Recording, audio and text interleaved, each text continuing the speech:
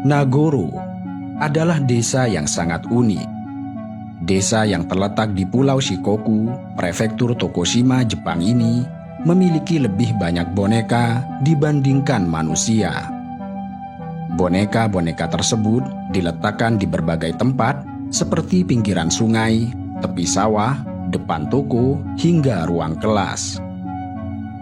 Boneka seukuran manusia tersebut sengaja dibuat untuk menggantikan warga yang sudah mangkat atau warga yang telah meninggalkan desa. Karena itu, ukuran dan penampilan mereka dibuat sangat mirip dengan manusia yang pernah tinggal di Nagoro. Mereka benar-benar dibuat seperti hidup dengan beragam aktivitasnya. Dulunya, Nagoro adalah rumah bagi ratusan penduduk dan memiliki kehidupan layaknya sebuah desa pada umumnya. Namun beberapa tahun belakangan, populasi di Nagoro menurun secara drastis. Desa ini tidak memiliki anak-anak dan hanya dihuni oleh para lansia yang sudah tidak bekerja. Adapun pemudanya, mereka telah merantau ke kota besar demi memperoleh pekerjaan dan kehidupan yang lebih baik. Pada tahun 2015, hanya ada 35 penduduk yang tinggal di Nagoro, kemudian menyisakan 27 orang pada tahun 2019, di mana penduduk yang termuda di antara mereka berusia 65 tahun.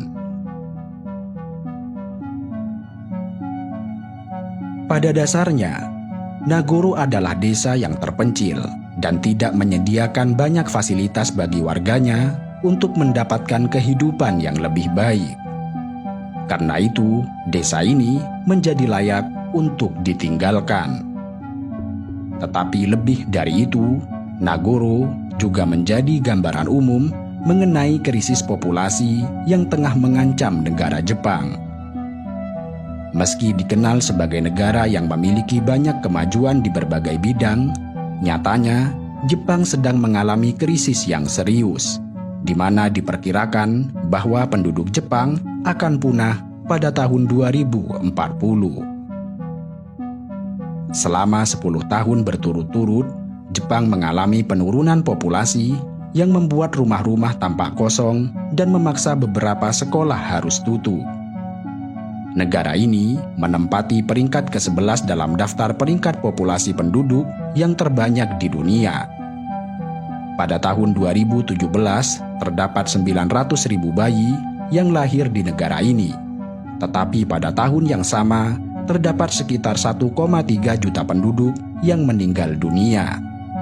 Itu berarti bahwa populasi kematian di Jepang jauh lebih tinggi dibandingkan angka kelahiran.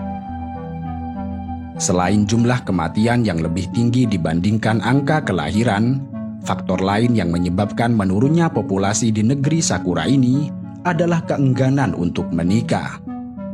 Demikian ini karena warga Jepang menilai pernikahan sebagai pembatas atau suatu ikatan yang dapat menghilangkan sebagian kebebasan. Menikah adalah memulai hidup baru yang akan mengubah prioritas dalam hidup.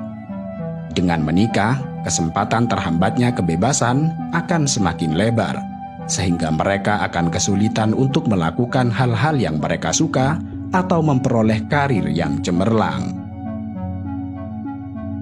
Keengganan orang Jepang untuk menikah telah membuat Perdana Menteri Shinzo Abe mengeluarkan berbagai kebijakan yang berkaitan dengan keluarga, semisal hak cuti melahirkan untuk suami, meningkatkan gaji dasar untuk pekerja wanita, serta berkampanye mengenai arti penting keluarga dalam karir. Namun demikian, warga Jepang tampak menutup mata akan hal ini. Pemerintah Jepang melakukan sebuah survei pada tahun 2014 yang disebar kepada sekitar 7.000 pria dan wanita berusia antara 29 hingga 30 tahun. Dari 7.000 orang tersebut, 2.643 orang diantaranya memberikan jawaban, di mana hasilnya menunjukkan bahwa sekitar 38% dari mereka menyatakan tidak tertarik untuk menjalin sebuah hubungan. Dan sebanyak 39,1% wanita dan 36,2% pria menjawab tidak menginginkan sebuah pasangan. Selain itu, Jepang juga dikenal sebagai negara dengan penduduk yang sangat rajin, disiplin, kreatif, dan teliti. Batas waktu kerja mereka adalah 8 jam per hari dan 40 jam per minggu, sehingga Jepang menjadi salah satu negara dengan waktu bekerja paling lama di dunia. Saking beratnya pekerjaan di Jepang, mereka menjadi lebih sibuk serta lebih rentan terhadap stres. Pada akhirnya, sistem kerja yang ketat mempengaruhi ketertarikan warga Jepang untuk menikah.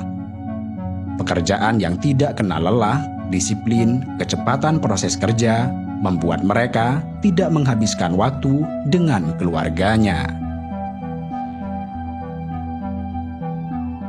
Tentu saja, pemerintah Jepang telah melakukan sejumlah langkah untuk menghindari penurunan jumlah penduduk yang memburuk. Sejak awal tahun 1990-an, pemerintah Jepang telah memperluas kebijakan dan program keluarga di 3 bidang, yaitu layanan pengasuhan anak, rencana cuti orang tua, dan bantuan dalam bentuk tunjangan anak. Sejak tahun 1992, pemerintah Jepang telah menawarkan cuti orang tua selama 12 bulan untuk orang tua yang memenuhi persyaratan kerja minimum. Pada tahun 1995, kompensasi pendapatan juga ditambahkan dan dibayar 50% dari gaji bulanan sebelum awal cuti. Sejak tahun 1994, pemerintah Jepang telah menerapkan beberapa program yang dirancang untuk menyediakan lebih banyak layanan pengasuhan anak dan mendorong tempat kerja untuk menjadi rumah keluarga. Hanya saja, setelah beragam upaya dilakukan, kebijakan ini belum berjalan dengan efektif dan membuat populasi masyarakat Jepang berada dalam kondisi yang terancam.